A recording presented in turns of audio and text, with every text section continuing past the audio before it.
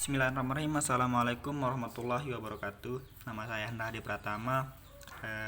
Di sini saya akan menjawab soal dari UTS Kewarganegaraan yang dimana eh, jawabannya itu kita disuruh untuk membuat video seperti ini. Yang dimana soalnya soal yang pertama. Jelaskan asal mula terbentuknya negara Indonesia sehingga terbentuknya identitas negara Indonesia. Ya, baik, di sini saya akan menjelaskan asal mula terbentuknya negara Indonesia. Asal mula terbentuknya negara Indonesia yaitu melalui beberapa tahapan-tahapan yang panjang.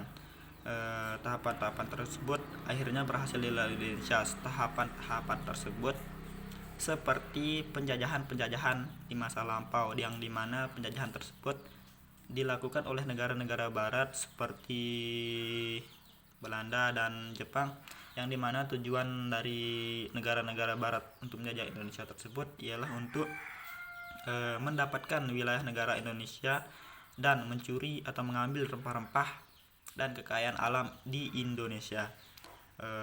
Akhirnya dilakukan perlawanan balik oleh para pejuang-pejuang bangsa untuk melawan dan merebut kembali hak-hak negara Indonesia yang telah dijajah oleh bangsa barat tersebut. Dan akhirnya pada tahun 1945 perlawanan dari pejuang bangsa tersebut membuahkan hasil, sehingga tepatnya pada tanggal 17 Agustus 1945 Presiden pertama kita IR Soekarno memproklamasikan kemerdekaan Indonesia, yang dimana maksud dari itu untuk memberitahukan bahwa Indonesia sudah merdeka. Indonesia sudah tidak dijajah lagi oleh bangsa barat. Indonesia sudah tidak dijajah dan tidak akan dijajah lagi. Nah, yang kedua terkait dengan identitas nasional, di mana identitas nasional itu didapat dari berbagai budaya yang ada di Indonesia setelah Indonesia merdeka. Setelah Indonesia merdeka, akhirnya Indonesia dibangun seperti Indonesia sebelum dijajah untuk memperbaiki bekas penjajahan yang dilakukan oleh bangsa barat tersebut. Nah, dari situlah munculnya atau bangunnya kembali lagi budaya-budaya Indonesia yang ada di Indonesia, yang akhirnya budaya seperti selain budaya adat istiadat Indonesia itu bangun kembali setelah kemerdekaan, dan akhirnya berkat itu budaya atau identitas nasional kita dapat berkembang atau dapat bangkit seperti semula lagi.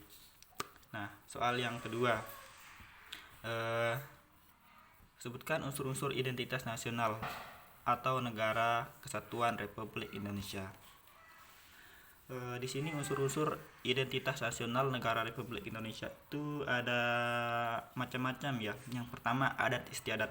Adat istiadat merupakan identitas yang sangat erat di dalam bangsa Indonesia, karena adat istiadat itu terdapat di seluruh wilayah Indonesia, tidak hanya di satu tempat saja. Yang kedua, bahasa. Bahasa merupakan identitas nasional karena bahasa yang ada di Indonesia itu berbagai macam bentuknya. Bahkan di setiap wilayah yang satu dan wilayah yang lain itu berbeda-beda, walaupun bahasa kesatuannya itu bahasa Indonesia. Tetapi di berbagai wilayah itu bahasanya berbeda-beda satu sama lain. Seterusnya, agama. Agama di Indonesia merupakan identitas yang dimana mayoritas agama di Indonesia itu mayoritas agama Islam, tetapi bukan karena mayoritas agama di Indonesia itu Islam, maka orang Islam saja yang tinggal di Indonesia, tetapi orang-orang yang beragama lain seperti agama Hindu, Buddha, Kristen juga tinggal di Indonesia. Eh, Identitas nasional juga sangat banyak, tidak hanya yang saya jelaskan tadi seperti ras, ras atau warna kulit dan yang lain-lainnya. Oke, kita lanjut ke soal yang nomor 3. Ada 3 pembagian identitas nasional. Yang pertama, identitas fundamental, identitas instrumental, dan identitas alamiah. Coba saudara jelaskan.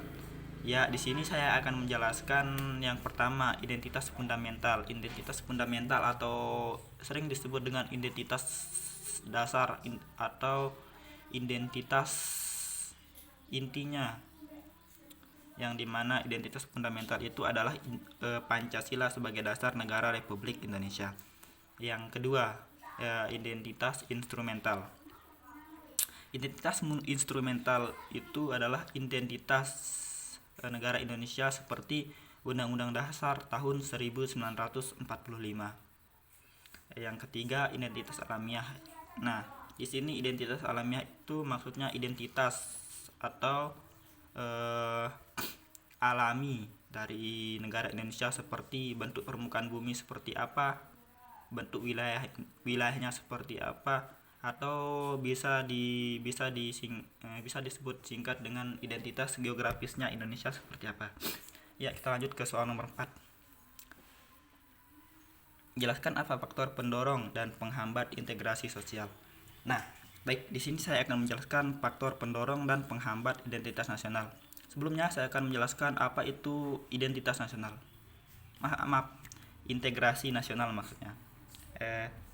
Sebelumnya saya akan menjelaskan apa itu integrasi nasional. Integrasi nasional, integrasi terdiri dari 2 kata, integrasi yang artinya proses penyatuan yang ada di dalam negara Indonesia. Nah, proses penyatuan di dalam negara Indonesia itu ada pendorong dan ada penghambatnya. Faktor pendorong dari dari integrasi nasional tersebut ada berbagai macam faktor pendorongnya, seperti yang pertama, adanya rasa saling tolong menolong di antara satu orang dengan orang yang lainnya. Yang kedua, adanya rasa nasionalisme atau rasa cinta tanah air yang melekat pada diri seseorang. Mungkin contoh kecil saja yang dapat saya sampaikan untuk faktor pendorongnya. Selanjutnya, faktor penghambatnya. Faktor penghambatnya mungkin seperti kurangnya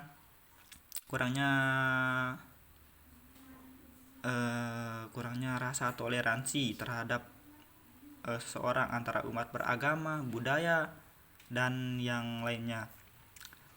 Faktor tersebutlah yang membuat adanya keretakan atau terjadinya disintegrasi atau proses pengeluaran penyatuan yang ada di Indonesia. Selanjutnya nomor 5, jelaskan apa urgensi pendidikan kewarganegaraan.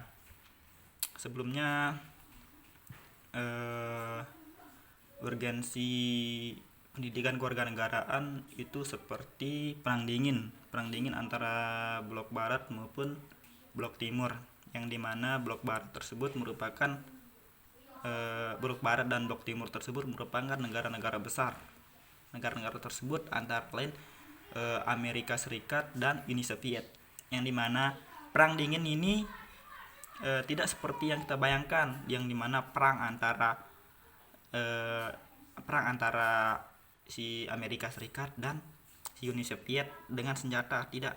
Tapi perang dingin itu maksudnya perang pemikiran atau perang otak, yang dimana masing-masing kubu blok barat dan blok timur itu saling